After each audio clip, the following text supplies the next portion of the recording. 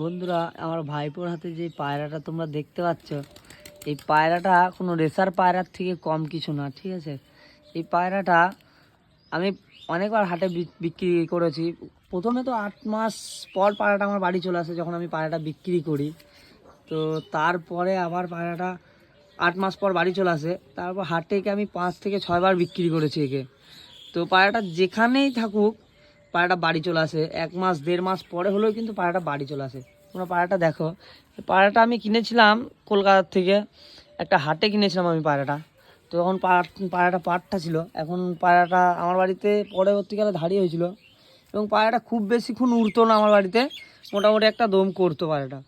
তো পায়রাটা তোমরা দেখো, এটা হচ্ছে পায়রাটার চোখটা, ঠিক আছে। আর এটা হচ্ছে এই পাশের চোখটা পায়রার। আর এটা হচ্ছে পায়রার ফেস আপ বিউটি। হুম।